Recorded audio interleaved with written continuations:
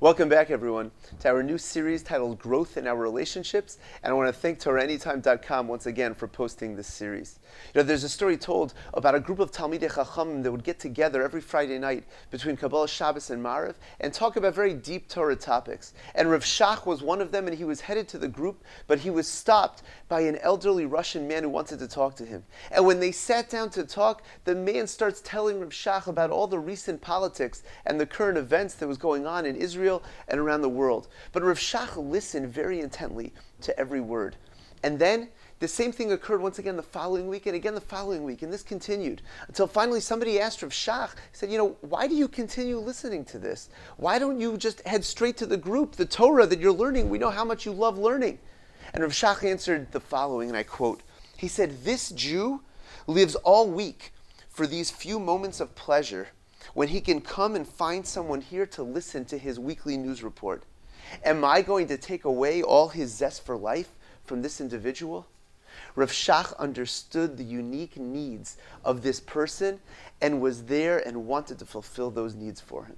Towards the end of his life, Moshe Rabbeinu was asking Hashem for a new leader of Klal Yisrael. And the pasuk says, Yifkod Hashem Elokei Aruchos L'chol Basar. Moshe davened that Hashem, you who is the Elokei Aruchos, the God who understands the spirits, should appoint an Ish al Ha'eda, a new leader over the congregation. And Rashi's bothered by, what does that mean? The Elokei Haruchos, the God of spirits. And he quotes a medrash that explains so beautifully that Moshe was telling Hashem the same way that you are the God over all people, that you understand how each person is unique and different. You understand that every individual has their own personality, their own upbringing, and in turn their own needs.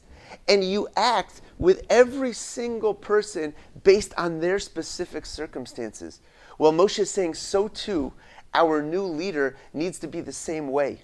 A person who understands how every member of Klal Yisrael is unique, is different. Each person has their own needs, and that leader needs to deal with each individual based on their specific circumstances. And they ended up appointing Yehoshua, who is exactly that. Each of us are the leaders of our lives and the leaders of our relationships. And one of the first steps to growth in our relationships is recognizing that every person that we encounter in our lives is different. Each person has their own unique personality and circumstances.